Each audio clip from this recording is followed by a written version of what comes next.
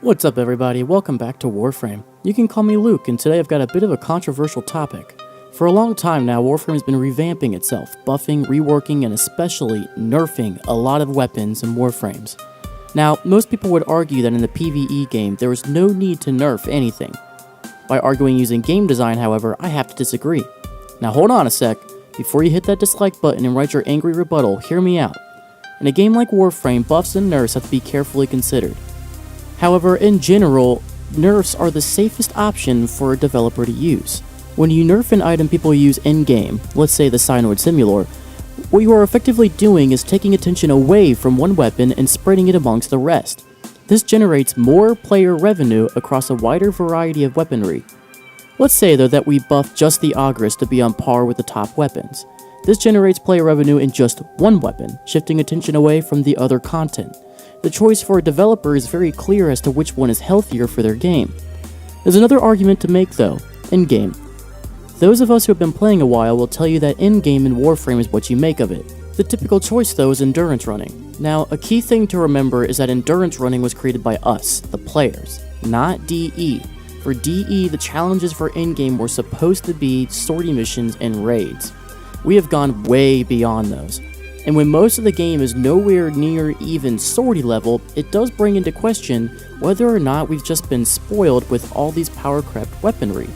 The Tigress Prime, for example, doesn't even need a catalyst or forma to decimate every challenge the star map has to offer. Anyone who bought the Prime access can use it regardless of mastery. This makes the mastery system pretty useless as a way to gate weapons that are meant for higher play. It doesn't really make sense to have the weaponry do so much out of the box, there's no point of even trying the other weaponry. People often skip straight from beginner into endgame because they just grab the weapons that are the strongest and save up their resources for the ones that are nigh broken on any game mode. Does this require a nerf though? A lot of the power-crept weapons do need a bit of a nerf, but this could be completely rendered unnecessary if two things were to happen. The armor scaling on enemies is reworked and the mastery system is reworked. So the question is, where do buffs belong? Buffs are better suited for Warframes in general. This game advertises itself as a space ninja game, but the Warframes are more RPG-esque in their abilities. The ones that constantly get nerfed are the tanks and the DPS. There are only a couple DPS frames who will scale their damage with enemy level, and tanks don't even serve as tanks as aggro is non-existent besides one melee mod, and they aren't able to deal with the damage output that enemies give after a short time. As is, the game is in a state where it doesn't really know what it wants to be anymore. It's quite hilarious that we complain about DPS frames doing damage, tank frames actually tanking, and then we don't complain about the CC frames that make the game so trivial it's borderline insane how boring it becomes. But the CC frames are the only ones that are even doing their jobs anymore. So we keep seeing so much CC that the enemies can't fight.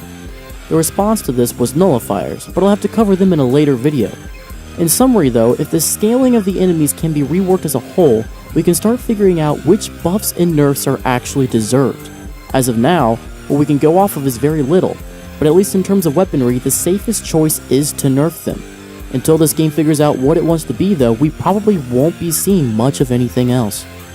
If you enjoyed this video and want to see more, consider leaving a like and subscribing. If you have any rebuttals after getting this far, then please share them in the comments below.